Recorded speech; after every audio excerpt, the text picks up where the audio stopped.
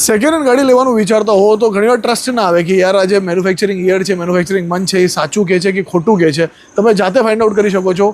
તો એનું એક તરીકો છે, આ વિન નંબર છે ગાડીનું. હવે અલગ અલગ જગ્યાએ મળતું હોય છે. અમુક ગાડીમાં તમને આવી રીતના બોનેટ ખોલીને મળી જશે ચેસી પર, અમુક ગાડીમાં તમને ફ્રન્ટ ડોર ઓપન કરીને મળી જશે, બટ વિન નંબર તમને દરેક ગાડીનું મળી જશે. તો એ વિન નંબર તમને ઘણી બધી ડિટેલ્સ આપી શકે છે. હવે તમારે જવાનું રહેશે આ વેબસાઇટ પર જેનું નામ છે rtovehicle.info. ત્યાં તમે ક્લિક કરો.